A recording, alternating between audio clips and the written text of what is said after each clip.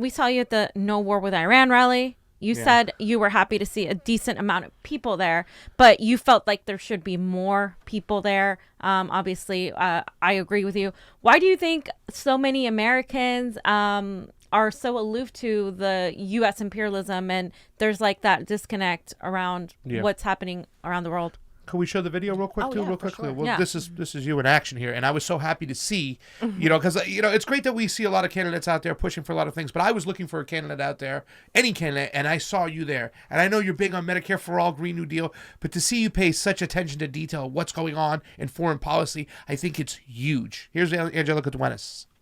To catch you, Angelica Duenas for Congress is running, and she is here at an activist peace rally. What are you doing here today? Well, I am here to protest the war in Iran and all wars, really, the war on drugs, the war in Iraq, the one in Afghanistan, every single bullshit-ass war that we have going on right now, we're here to stand up against it.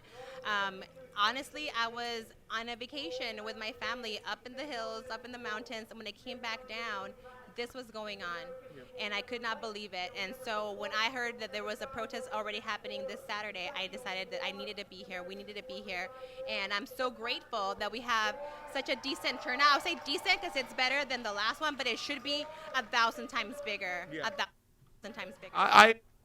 Yeah, right? Yes. Why do you think people are so aloof? I mean, I think it's a mixture of, the propaganda machine and what everyone's getting on the mainstream media, and the lack of personal interest. I think that if you don't have a family member, if you are not personally being affected by it, you're not coming out and speaking about it. And I think unfortunately we live in a society that people need to be personally affected or really, really, really worked up. You know what I mean? Again, with the propaganda machine. And since that's not a focus on the machine, there isn't a push for a peace movement. If anything, it becomes something else. It's like an anti-Trump thing. And, you know what I mean? Very specific when it's like, well, obviously Trump sucks. And I think that's clear. Like, let's move on. You know what I mean? Let's actually address the issues. And I think it's a mixture of that. And, the last time we saw a really, really, really strong peace movement was back in Vietnam, and we had a draft. And at that point, it was the thought was that everybody in every man of a certain age was, game. And at that point, everyone had, something to risk. You had a family member, you had, a son, a brother, a cousin, or something like that.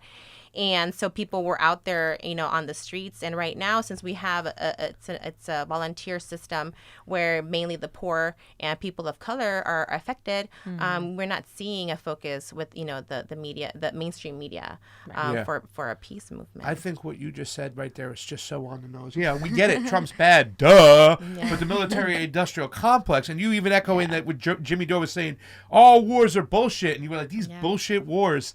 Yeah. But here you are talking about the military-industrial complex, noting that Trump might be bad, but it's bigger than Trump. It is the whole establishment, the military-industrial complex that Eisenhower warned us about.